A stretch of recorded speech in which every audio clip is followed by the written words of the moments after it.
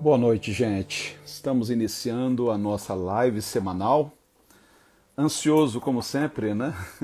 A gente marca para as 7h30, das 7h20 eu já estou aqui roendo as unhas, ansioso para entrar, e a gente acaba entrando alguns minutos antes. Mas é até bom para dar tempo de você chamar geral para participar com a gente. Meu boa noite para você que nos acompanha aqui pelo Instagram. A gente tem tido assim um número crescente de novos amigos. Já estamos encostando nos 18 mil amigos.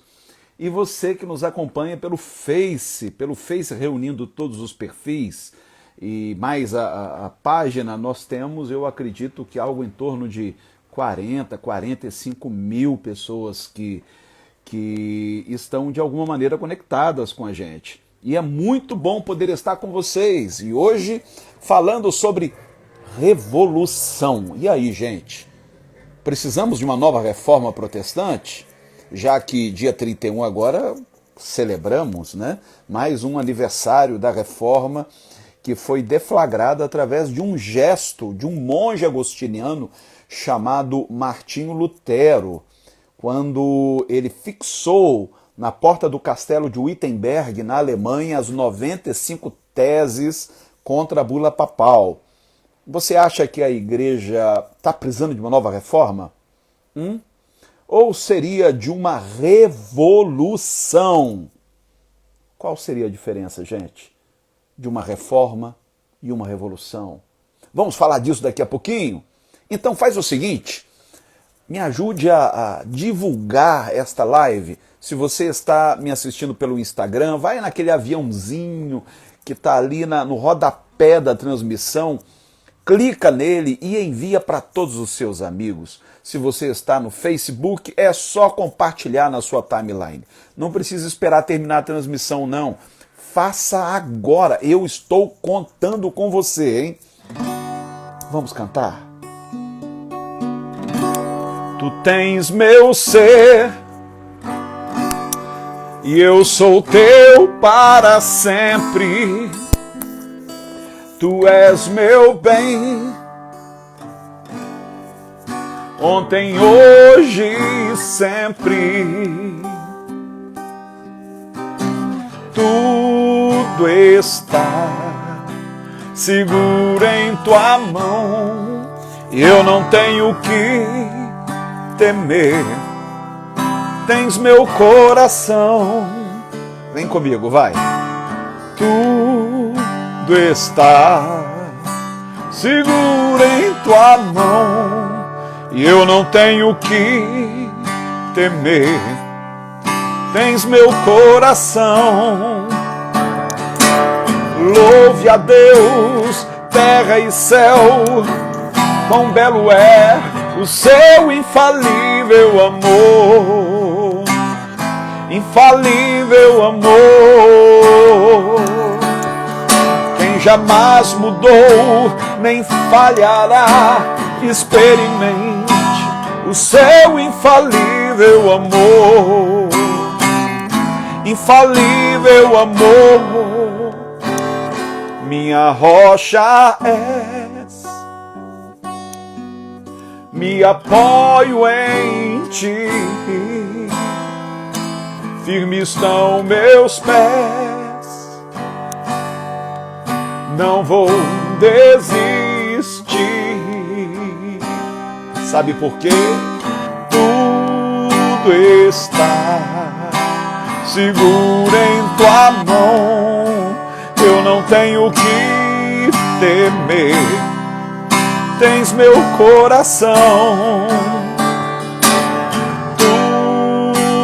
Está seguro em tua mão. Eu não tenho que temer. Tens meu coração. Louve a Deus, terra e céu, quão belo é o seu infalível amor. Infalível amor. Quem jamais mudou, nem falhará. Experimente o seu infalível amor. infalível amor, infalível amor, infalível amor, infalível amor, infalível amor. Louve a Deus, terra e céu, quão belo é o seu infalível amor, infalível amor. Quem jamais mudou, nem falhará. Experimente o seu infalível amor, infalível amor, infalível amor, infalível amor.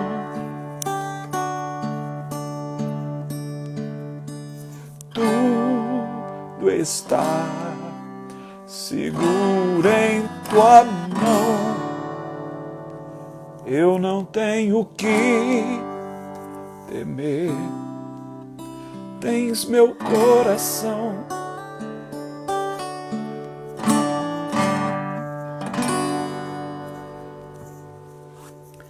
Bem, gente, hoje, mais do que nunca, eu vou precisar da sua atenção.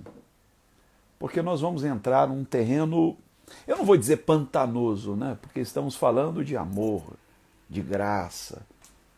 Não quero me ater aqui a questões relativas à moral, a costumes. Quero falar do Evangelho, da proposta original do Evangelho. Mas as pessoas, elas estão tão acostumadas com um placebo que quando elas recebem o remédio, elas têm reações. E algumas são reações adversas. Bem, antes de entrar propriamente no assunto de hoje, eu quero aqui parabenizar a todo o povo da Reina e aqueles que contribuíram pelo trabalho que foi feito no último sábado no lixão do Jardim Gramacho. Gente, eu fiquei muito emocionado. Nós tínhamos um alvo, né, de distribuirmos 500 presentes, 500 brinquedos para as crianças. E o Senhor nos surpreendeu.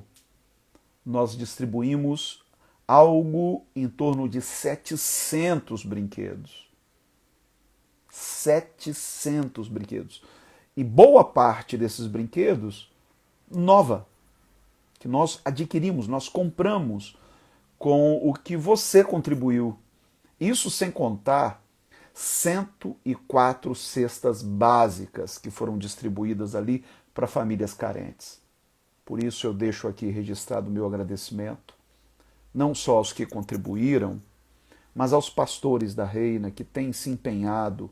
Eu tinha ali vários bispos e pastores que têm se arriscado. E olha que no mês passado houve dentro da nossa equipe quem fosse contagiado pelo vírus, pelo coronavírus. Eu não arrisco dizer que tenha sido propriamente no lixão, mas há uma grande possibilidade que tenha sido lá. Quem esteve lá conosco viu que a maioria das pessoas não usava máscara. Então, cada vez que nós vamos ao lixão, é um risco que nós corremos. E mesmo assim, com todos os riscos, nós não abandonamos aquela comunidade. Não só na pandemia, né, ao longo desses quase 9 meses, mas já há 7 anos. Nós vamos completar agora, em dezembro, 7 anos em que lá chegamos, começamos adotando um número pequeno de famílias e aos poucos fomos aumentando. Hoje são 100 famílias adotadas pela igreja. Quero agradecer de maneira especial ao bispo Alexandre de Paula, que é o coordenador do nosso projeto Eu Escolhi Amar, que tem sido um trator, juntamente com a pastora Odisseia e com a equipe lá de Parque Fluminense. Quero agradecer de todo o meu coração ao empenho e à contribuição de cada um. Obrigado mesmo. Bem, gente, reforma ou revolução? Eu preparei aqui um pequeno texto e Na verdade, eu estou esse final de semana inteiro trabalhando esse texto, porque eu não queria tratar desse assunto de maneira en passant, muito superficial. Eu queria mergulhar um pouquinho mais fundo. Por isso que eu pedi a sua atenção. Por favor, não se distraia. Se você puder agora se desligar de qualquer outro a fazer, seja profissional ou doméstico, se for possível naturalmente, faça, para que você ouça com atenção. Eu sinceramente acredito que a Reforma Protestante tenha sido muito importante. Quando ela completou 500 anos, eu estava justamente na cidade de Wittenberg, na Alemanha, acompanhado de 2 grandes amigos, e nós assistimos ali às celebrações pelos 500 anos da Reforma. Gravamos vídeos ali, inclusive. Estavam comigo Eliezer Gomes e o Francisco, 2 homens de Deus. Mas eu não acredito que nós precisemos de uma nova reforma. Nós não precisamos de uma nova reforma. O mundo precisa verdadeiramente experimentar uma revolução. E eu não me refiro a uma revolução armada, eu não me refiro a uma revolução nos moldes da Revolução Francesa, por exemplo, e de outras tantas que o mundo sofreu ao longo da história. Eu me refiro à revolução proposta pelo Cristo, que é uma revolução de amor. Então, para início de conversa, o que levou Lutero a deflagrar a reforma foi um diagnóstico. E pelo diagnóstico de Lutero e outros reformadores, como Zwinglio, como Calvino, o grande problema da religião cristã, que havia se desviado completamente da sua proposta original, era o estabelecimento da justiça própria.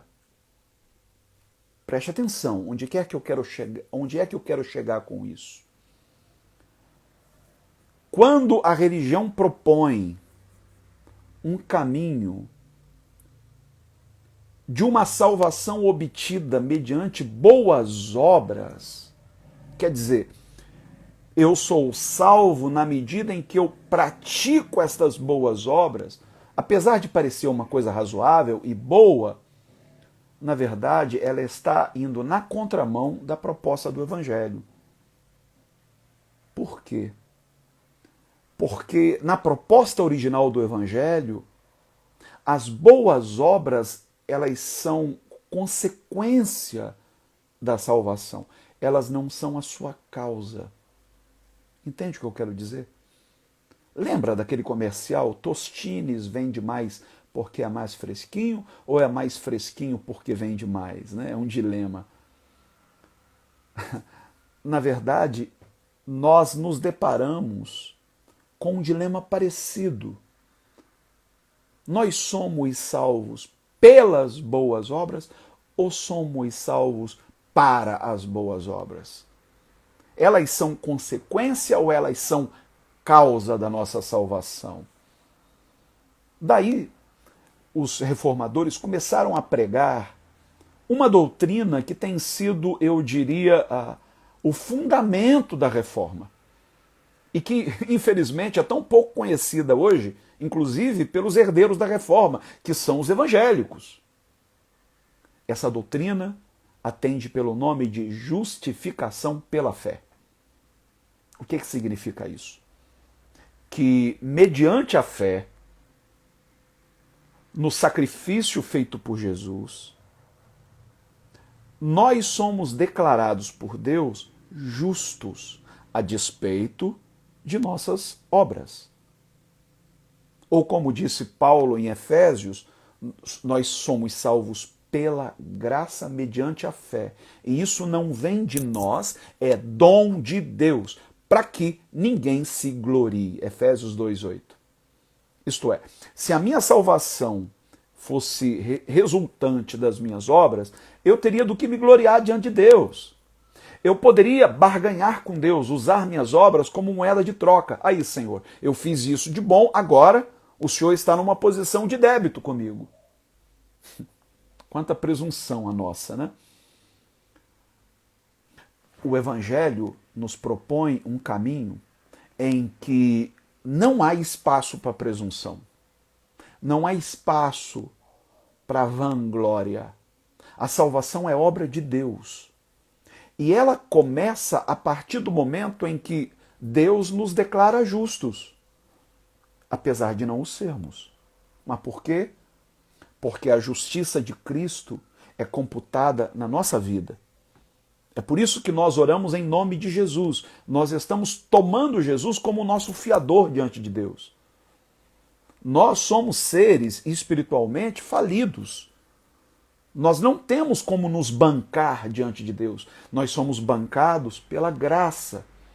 Mesmo as nossas melhores obras, gente, elas vêm manchadas com a nossa vaidade, com o nosso orgulho. Por isso que lá em Isaías nós lemos que as nossas obras de justiça não passam de trapos de imundícia.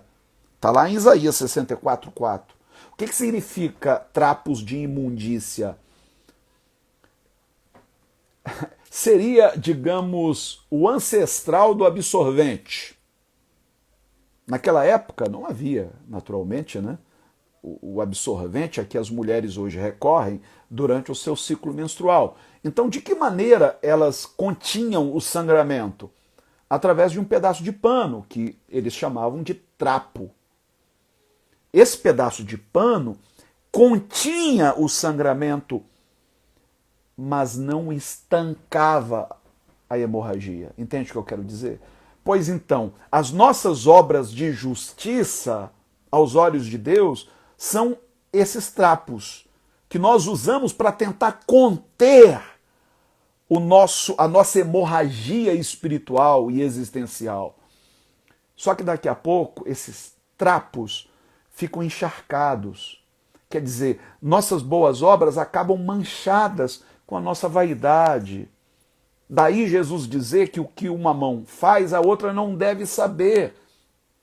Quando você me vê, por exemplo, fazendo propaganda do trabalho assistencial que a nossa igreja faz no lixão, o que nós estamos com isso não é nos promovendo. O que nós queremos é prestar contas às pessoas que nos ajudam. Olha o que está sendo feito. Não é autopromoção. Mas eu não posso mentir para você. Se eu não tomar cuidado, aquilo vai me envaidecer.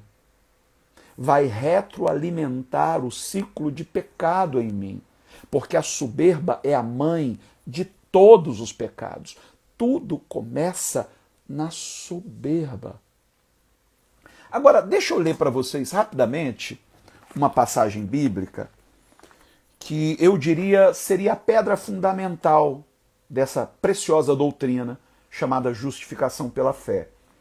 Olha o que vai dizer Lucas. Jesus é que conta esta parábola registrada pelo médico Lucas no capítulo 18, a partir do 9. Jesus disse esta parábola a alguns que confiavam em si mesmos. Confiavam em si mesmos, crendo que eram justos e desprezavam os outros. Cara, isso aqui cai como uma luva para nós hoje, que é o que mais os que se dizem seguidores de Jesus têm feito, infelizmente. Desprezar os outros enquanto se acham justos em si mesmos. 2 homens subiram ao templo para orar. Um era fariseu e o outro cobrador de impostos, ou, como diz outra tradução, um publicano. Fariseu era um religioso. Todo mundo sabia que era um cara com uma moral acima da média. Já o publicano era detestado por todo mundo, era um traidor da pátria.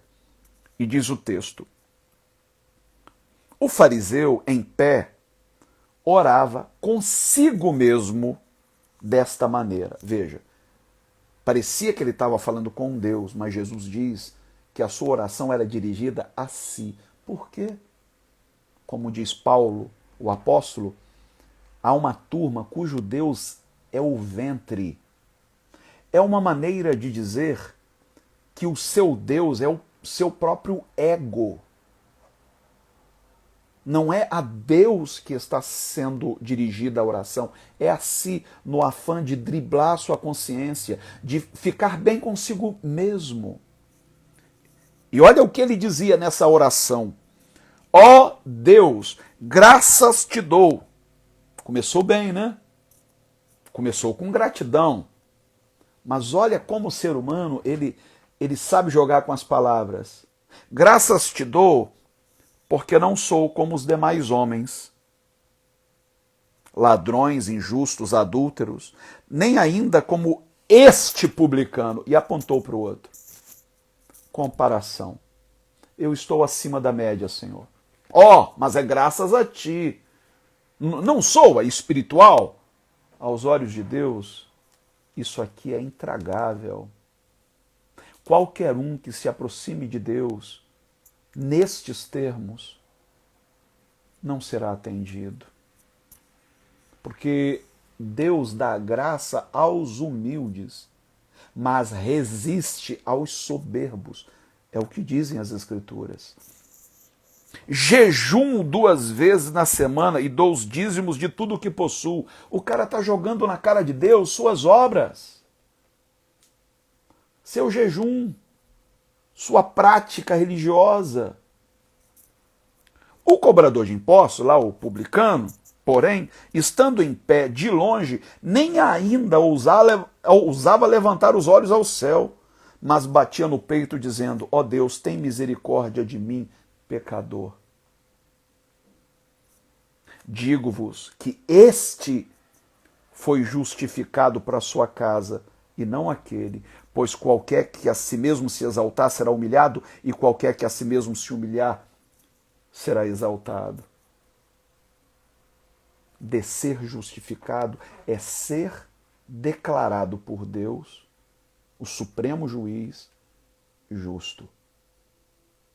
Por causa da sua humildade. Só recorre à graça de Deus quem admite a sua total inaptidão, a sua incapacidade em ser justo, em atender às demandas da lei de Deus. Enquanto eu presumir que sou capaz de alcançar esse padrão de justiça na força do meu braço, no meu desempenho pessoal, eu não serei justificado. Só é justificado por Deus quem não busca justificativa para os seus pecados. Ele admitiu, o publicano, ele admitiu, Senhor, eu sou pecador, tem misericórdia de mim. Agora, redobre a sua atenção. Foi em cima dessa preciosa doutrina que se erigiu o edifício da Reforma Protestante. A graça pressupõe total inabilidade do ser humano em voltar-se para Deus, tendo como base as suas boas obras. Não há o que contestar aqui. Parece que os reformadores acertaram.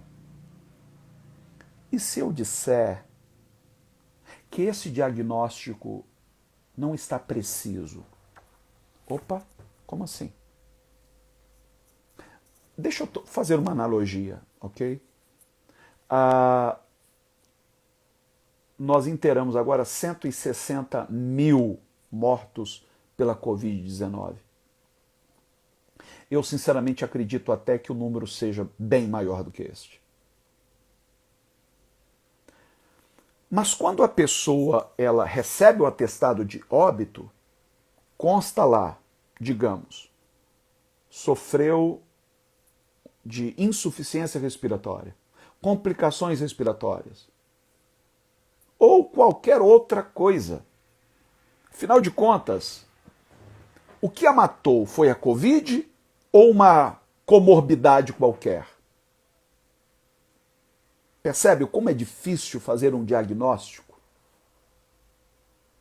É claro que a presença do vírus potencializou aquela comorbidade de maneira que a pessoa veio a óbito. A mesma coisa se dá, por exemplo, com o HIV. Ninguém morre de HIV, mas a presença do HIV faz com que a imunidade da pessoa caia tão drasticamente que até uma gripe é capaz de matá-la. Compreende o que eu quero dizer? Então, vamos apelar a outra analogia. Imagine uma árvore. O golpe desferido pelos reformadores atingiu o tronco da árvore, que é a justiça própria. É o homem se achar no direito de cobrar de Deus com base nas suas obras, alimentar a presunção de ser melhor do que os outros. Naquela época, a Igreja Católica cobrava indulgências pelo perdão dos pecados. Foi com as indulgências que a Basílica de São Pedro, que hoje é a sede do Vaticano, foi construída. A ênfase da Igreja Católica naquela época eram os pecados chamados capitais. Então ela combatia os ramos, que por sua vez produziam frutos. Só que quanto mais se poda um ramo, mais frutífero ele fica. Você está combatendo só a consequência, você está combatendo o sintoma. Os reformadores miraram o seu machado mais embaixo, no tronco. Mas quando você corta uma árvore no tronco, ela volta a florescer. João Batista, quando apareceu pregando, ele disse: é colocado o machado à raiz das árvores, e toda árvore que não der frutos será cortada. Isto é, árvores que não dão bons frutos. Qual é a raiz do problema? É aí que eu digo que os reformadores, não que eles tenham errado, mas o diagnóstico que fizeram da condição existencial humana poderia ter sido muito mais preciso se eles atingissem a raiz do problema. E você sabe qual é a raiz do problema?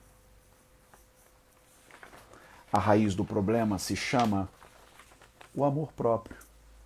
Não é a justiça própria, é o amor próprio. Eu sei que muitos já me ouviram falar sobre isso, mas hoje eu gostaria que você...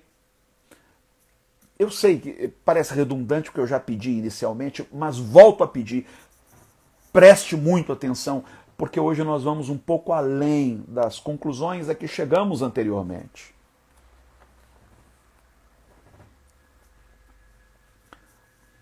Olha o que diz Jesus em João capítulo 12, verso 25. João 12, 25. Quem ama a sua vida, a perderá. Mas quem odeia a sua vida neste mundo, aguardará para a vida eterna. Oi? O que Jesus quis dizer com isso, meu Deus do céu? Como assim? Não é verdade que a gente tem que se amar para poder amar o outro? Não diz lá na lei, amarás a teu próximo como a ti mesmo? Então, como é que eu posso odiar a minha vida neste mundo? E ele diz, quem ama a sua vida vai perdê-la. Onde Jesus está com a cabeça para dizer uma coisa dessa? Aliás, esta tem sido uma falácia muito usada para justificar o amor próprio. Se você não ama a si, não pode amar mais ninguém. Hoje eu quero desmontar essa falácia. Preste atenção. Verdade é que o amor próprio serviu como referência para o amor que deveríamos dedicar ao nosso próximo durante a vigência da lei de Moisés. Contudo, Jesus substituiu aquele mandamento por um novo mandamento, cuja referência é outra. Olha o que ele vai dizer em João 13, 34. Um novo mandamento vos dou. É novo. Não é o mesmo. Que vos ameis uns aos outros. Isso não é novo. Ele já havia ordenado antes. Novo aqui é a referência. Que que deixa de ser o amor próprio. Ele diz que os ameis uns aos outros como eu vos amei, que também vós ameis uns aos outros. Como eu vos amei. Imagine o amor de Deus por nós, capaz de dar-se a si mesmo. É este amor que ele requer de nós. Se nós não somos capazes nem de amar como a nós mesmos, imagina amar como ele amou. É quando você se vê frente a frente com uma demanda desta, impossível de ser alcançada pela via do nosso esforço pessoal, é aí que a gente cai em si e diz, caramba, eu tô frito, eu não consigo. Aí eu recorro à graça. Por quê? É a graça que me habilita a viver o que eu não tenho condição de viver por mim mesmo. Não é uma questão de tentativa. Eu vou ficar tentando perdoar meu inimigo e não vou conseguir nunca. Eu vou tentar amar e não vou conseguir nunca. É uma questão de rendição. É desistir de tentar para que Deus viva através de nós a sua vida. Romanos 5,5 diz, porque o amor de Deus está derramado em nossos corações pelo Espírito Santo que nos foi dado. Então não sou eu, é Ele vivendo em mim. É um batismo de amor. A presença do Espírito Santo é evidenciada em nós, não é pelas línguas que falamos, não é pelos dons que esboçamos, é pelo amor que devotamos ao nosso próximo. É isso que evidencia a presença do Espírito Santo. Por isso Paulo diz em 1 Coríntios 13, ainda que eu falasse a língua dos homens e dos anjos, se eu não tivesse amor, eu nada seria. O amor é tudo, gente. Não é um apêndice do Evangelho. O amor é o cerne do Evangelho. Por isso que eu digo, fora do amor não há salvação. Agora veja. O que Jesus queria dizer com odiar a própria vida neste mundo? Porque é o que ele diz. Como posso amar a outros enquanto odeio a mim mesmo? Longe de estar recomendando um tipo de autodepreciação, Jesus está tocando o cerne do problema humano. E para entendermos esta palavra, temos que nos atentar para um detalhe. Jesus fala sobre odiar a nossa vida neste mundo. O que quer dizer isso? Não está falando de odiar a vida em si. Posto ser esta um dom de Deus. Se Deus nos ama, se Deus ama a mim, como eu posso odiar aquilo que Deus ama? Eu tenho que amar o que é amado por Deus. Mas o detalhe aqui que faz toda a diferença é quando ele diz aquele que odeia a sua vida neste mundo. Apesar de já não nos servir de referência ao amor que devemos cultivar uns pelos outros, o amor a si mesmo, preste atenção, tem o seu lugar na espiritualidade cristã. Parece que eu estou sendo contraditório. Então espera aí, deixa eu molhar o bico. Para fins didáticos, vamos fazer uma distinção entre amor próprio e amor a si mesmo? Só para fins didáticos. O que eu chamo de amor próprio? O que Jesus chamou de amar sua vida neste mundo. E o que eu chamo de amor a si mesmo? O cuidado que devemos ter na preservação do dom da vida, bem como na execução do propósito da nossa existência. O que fez com que eu repensasse toda essa questão sobre a qual eu tenho me debruçado há 25 anos foi uma passagem que ainda não conseguia se encaixar para mim. Quando Paulo fala em Efésios, capítulo 5, 28, que quem ama a sua mulher, ame a si mesmo. Porque ninguém nunca odiou sua própria carne, antes a alimenta e sustenta, como também o Senhor a igreja. Espera aí, Paulo, você está falando que quem ama a mulher, a sua mulher, a sua companheira, a sua esposa, que ame a si mesmo. Como assim? Paulo está advogando o amor próprio que Jesus denunciou como sendo a raiz de todo o problema humano? Veja, como conciliar o ame-se a si mesmo de Paulo com as palavras de Jesus? Uma coisa é amar a si mesmo dentro do escopo de um relacionamento amoroso com outrem. Eu me cuido por amor a outro, pois reconheço o papel que tenho a cumprir, tendo em vista o seu próprio benefício. Outra coisa é amar-se no sentido narcisista, usando das coisas que este mundo oferece, tendo em vista exclusivamente o seu aprazimento, o seu prazer, em detrimento do sofrimento que possa causar a outros. O nome disso é egoísmo. Quer dizer, eu não me importo em causar a desgraça, o sofrimento, a infelicidade de quem quer que seja, contanto que aquilo resulte em algum bem para mim. Percebe a diferença?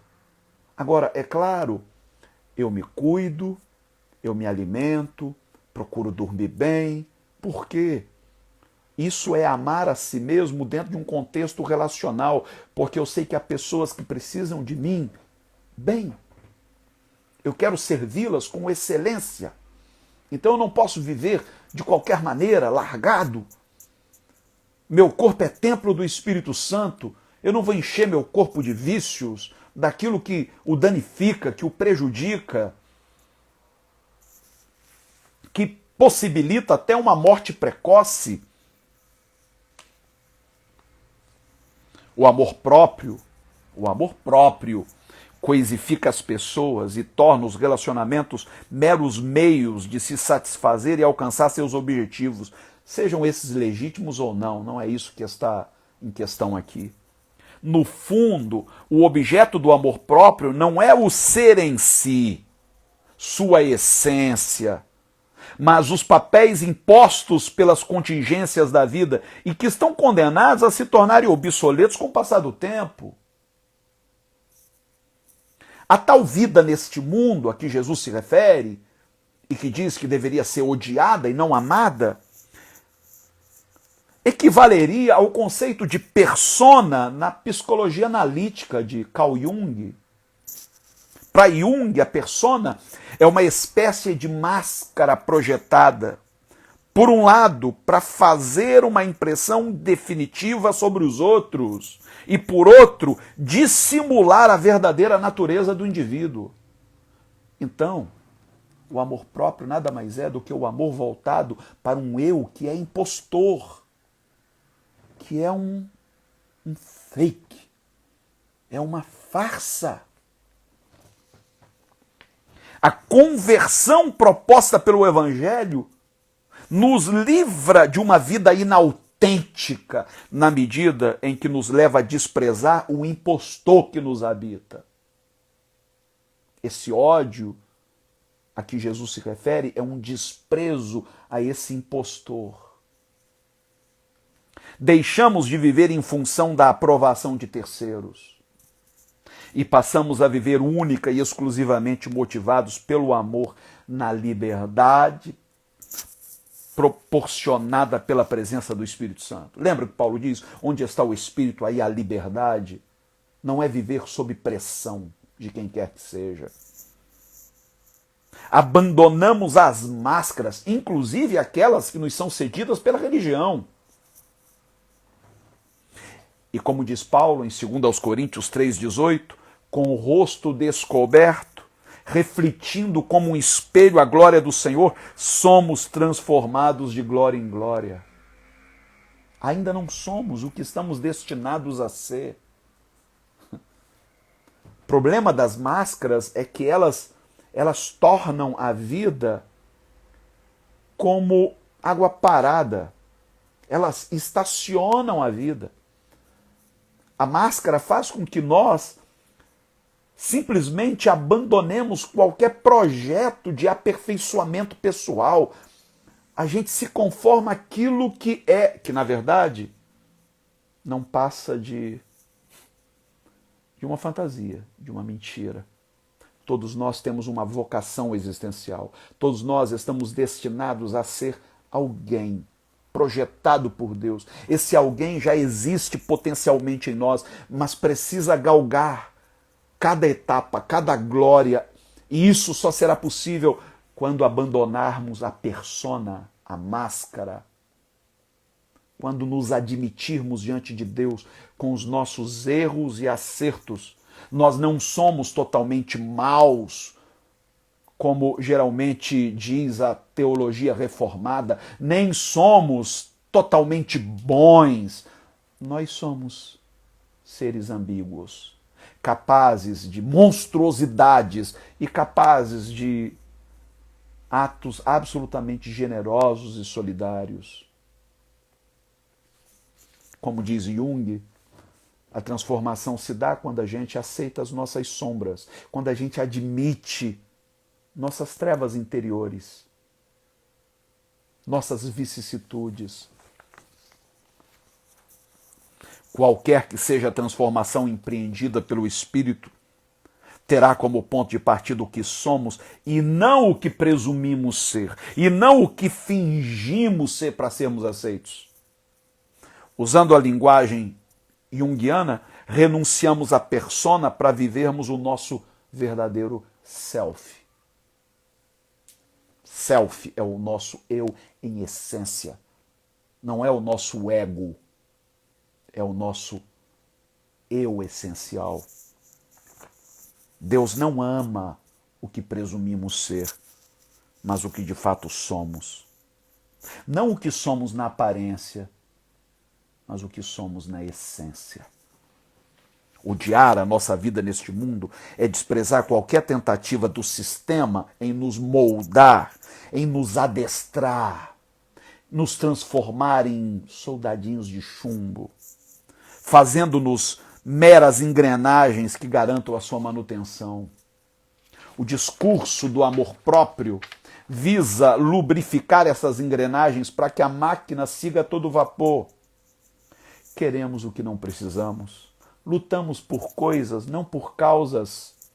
Enxergamos-nos como centro gravitacional do universo. Desdenhamos dos outros, do seu sofrimento, da sua dor, de seus anseios. Ao passo que hipervalorizamos nossos objetivos, nossas angústias, nossas frustrações. O que Jesus nos propõe, gente, é a morte do eu para o nascimento do nós. Trata-se de uma proposta radical. É por isso que eu creio em revolução, não numa reforma. Porque a reforma mantém o ego exatamente onde sempre esteve. A revolução do Evangelho coloca o ego onde ele merece estar, na cruz. Ouça com atenção. Trata-se de uma proposta radical capaz de deflagrar uma revolução no mundo. O velho eu precisa morrer para que nasça um novo nós. E isso se dá quando olhamos para a cruz e enxergamos nela a sentença que nós merecíamos. O inocente foi vítima do império do ego. E olha o que diz 2 Coríntios 5,15. Ele morreu por todos, para que os que vivem não vivam mais para si. Acabou! Não é cada um por si e Deus por todos, é uns pelos outros. Como diriam os 3 mosqueteiros, um por todos, todos por um. De modo que podemos dizer como Paulo, em Gálatas 2,20, estou crucificado com Cristo e já não vivo eu. Cristo vive em mim. Então é Ele quem perdoa através de mim, que ama através de mim, que acolhe sem preconceito através de mim. Em Romanos Aliás, em Gálatas 6,14, o mesmo Paulo diz: o mundo está crucificado para mim e eu para o mundo. Quer dizer, nem eu coloco expectativas nesse sistema doente, apodrecido, e nem esse sistema deve esperar nada de mim. Para mim ele morreu e eu estou morto para ele. Eu não vou viver em função da manutenção desse sistema doentio, injusto, iníquo. Pode me considerar a carta fora do baralho. Eu já não me deixo moldar por este mundo. Lembra de Paulo aos Romanos 12? Não vos conformeis a este mundo, mas transformai-vos. Minha vida já não cabe em um molde, em um padrão. Gente, isso é viver de maneira autêntica. Não é viver moldado por um sistema que só visa lucro, lucro, lucro, lucro, que só faz instigar nossa ganância o tempo todo. Ainda no dizer de Paulo, registrado em Gálatas 1:4, Jesus entregou-se a si mesmo pelos nossos pecados para nos desarraigar deste mundo perverso, segundo a vontade de nosso Deus e Pai. Desarraigar é arrancar pela raiz. Eu fui arrancado deste mundo. E mundo aqui não é o planeta, gente. Não são as pessoas, não são os relacionamentos. Mundo aqui é o sistema. Entre o nosso eu e o mundo havia uma sinergia, uma simbiose, uma interdependência. Quando o eu, o ego, morre, a máquina emperra e entra em pane. O sistema entra em colapso. Nossas raízes agora estão plantadas em outra esfera. A conclusão de Paulo é que, uma vez morto para este sistema, mortos para esse sistema e ressuscitados com Cristo, devemos buscar as coisas que são de cima, onde Cristo está assentado à destra de Deus. Ele diz lá em Colossenses 3, do 1 ao 3, pensai nas coisas que são de cima e não nas que são da terra, porque já estáis mortos e a vossa vida está escondida em Cristo, com Cristo em Deus. Minha vida, a essência, está escondida, está guardada. Podem vir as pedras, não vão me atingir. Podem atingir minha reputação, mas a minha essência, o meu verdadeiro eu, objeto do amor de Deus, está guardado com Cristo em Deus, numa esfera que está acima de tudo isso, acima dessa mediocridade, desta ganância, desta politicagem. Eis a maneira de se viver autenticamente. Nosso viver é Cristo. Ele vive sua própria vida através de nós, enquanto preserva nossa vida para a eternidade. Assim como ele morreu, nossa morte, hoje nós vivemos sua vida. Paulo vai dizer em Gálatas 2:20, a vida que agora vivo no corpo, vivo-a na fé do Filho de Deus, que me amou e a si mesmo se entregou por mim. Lembre-se, o amor próprio é a raiz que nos mantém apegados ao mundo. Este amor próprio se consubstancia na forma de dinheiro. Preste atenção no que você vai ouvir na reta final dessa reflexão. Ouviu o metal, money, que Jesus chamou de mamon, atribuindo a ele o status de divindade, de ídolo. Ouviu o metal é um antissacramento. O inverso do corpo e do sangue de Jesus, simbolizados no pão e no cálice, partido e sorvido por nós. Lembra quando Jesus parte o pão e diz, isto é o meu corpo partido por vós? Isto é amor. O dinheiro é o antissacramento. É o inverso disso. O dinheiro não está preocupado em se deixar gastar. O dinheiro está preocupado em adquirir. não é partilhar, é acumular.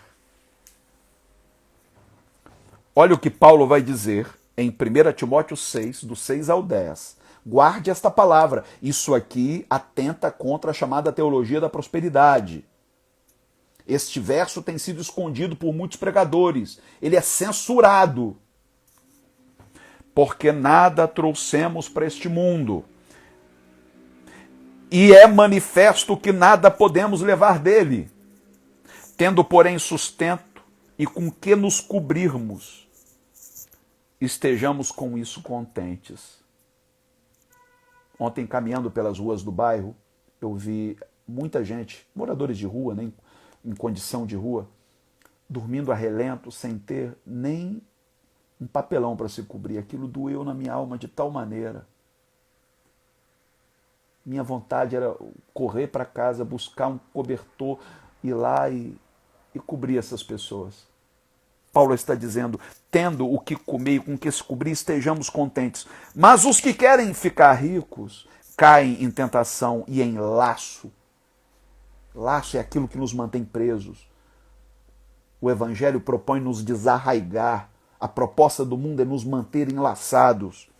E em muitas concupiscências loucas e nocivas que submergem os homens na perdição e ruína. Agora preste atenção, porque o amor ao dinheiro é a raiz de toda espécie de males.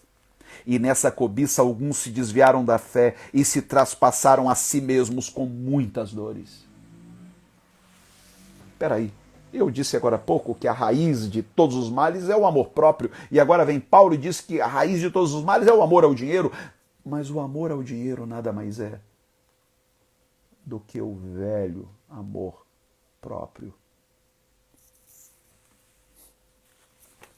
Na espiritualidade proposta pelo Evangelho, o eu é substituído pelo nós. Não é pecado ter dinheiro, não é pecado ser próspero, é legítimo. Mas quanto mais o Senhor nos abençoa, quanto mais Ele nos prospera, o maior número de pessoas precisa ser alcançado e beneficiado desta prosperidade. Por isso Jesus nos ensinou a oração do Pai Nosso. O Pai não é meu, é nosso. E ele só é nosso quando o pão também o é. Na mesma uma oração que ele diz, Pai Nosso que estás nos céus. Ele também diz, o pão nosso de cada dia nos dai hoje. A dívida também é nossa, tanto quanto o perdão. O reino vem a nós, tanto quanto a sua vontade, que é feita aqui na terra, deve ser feita aqui na terra, como ela é feita no céu. Eu gostaria de orar com você e por você. Vamos orar? Vamos combinar? Orar uns pelos outros? Pai nosso, em nome de Jesus, queremos te dar graças. Não porque somos melhores do que quem quer que seja. Não somos, Senhor. Definitivamente não somos. Somos tão carentes da tua graça quanto qualquer outro ser humano. Por isso não nos estribamos nas nossas boas obras, Senhor. Recorremos a ti como quem reconhece sua total inabilidade em atender às demandas da tua lei. Somos todos carentes, Senhor. Necessitamos de ti e nos propomos a repartir tudo o que a tua graça fizer chegar às nossas mãos. Que alcancemos esta consciência crística, esta consciência gerada pelo verdadeiro Evangelho, esta metanoia que remove, que destitui do trono o ego para instituir a consciência de coletividade, que possamos ver reproduzida em nossos dias aquela graça que havia na igreja primitiva, quando não havia entre eles nenhum necessitado sequer, porque ninguém dizia que coisa alguma era sua. Todos tinham tudo em comum. Ajude-nos a viver esta graça, Senhor. Em o nome de Jesus oramos. Amém e amém. Queridos, nós estamos chegando no finalzinho, mas eu quero aqui fazer um apelo. Sábado, primeiro um convite. Sábado agora nós vamos ter a Santa Ceia do Senhor. Sábado às 7 horas da noite. Não deixe de providenciar pão e vinho ou suco de uva para participarmos juntos. Eu ainda não retornei ao meu velho púlpito. Eu continuo em quarentena, apesar de nos expormos ali no lixão, mas não queremos expor nossos irmãos. As igrejas locais estão liberadas para fazerem seus cultos de acordo com as regras da OMS, mas quando se trata de um culto ministrado por mim na sede da Reina, acaba reunindo gente que vem de muito longe, os pastores, todos se deslocam, e aí faz com que as pessoas se exponham muito mais. Uma coisa é um culto de uma igreja local que reúne pessoas que já têm convívio entre si na comunidade. Outra coisa é um culto que reúne pessoas que vêm de diversas partes. Isso nos preocupa. Mas sábado agora vamos ter a Santa Ceia, e se Papai do Céu permitir, em dezembro nós vamos ter uma ceia presencial. Esperem, eu vou anunciar horário, local, tudo direitinho, a data para dezembro. Mas eu quero aqui fazer um apelo para que você nos ajude. Nós temos tantos compromissos e não temos aonde recorrer. Você não vai ver políticos desfilando na nossa igreja. Nós não recebemos dinheiro de política, nem de ninguém, a não ser daqueles que contribuem por amor. Só por amor. Não há uma cobrança, uma exigência, há um apelo à consciência. Então, se você deseja contribuir com o nosso ministério, faça agora, como se você estivesse num culto. Não tem o gasofilácio e tal, mas tem aí o seu celular, através do qual você pode fazer uma transferência de uma oferta de amor, ou quem sabe até do seu dízimo, você que é um dizimista e não está congregando e pensa, meu Deus, para onde que eu remeto o meu dízimo? Remete para uma obra séria, que está cumprindo a missão de levar o amor de Deus ao mundo. Então, se você deseja contribuir, por favor, tome nota.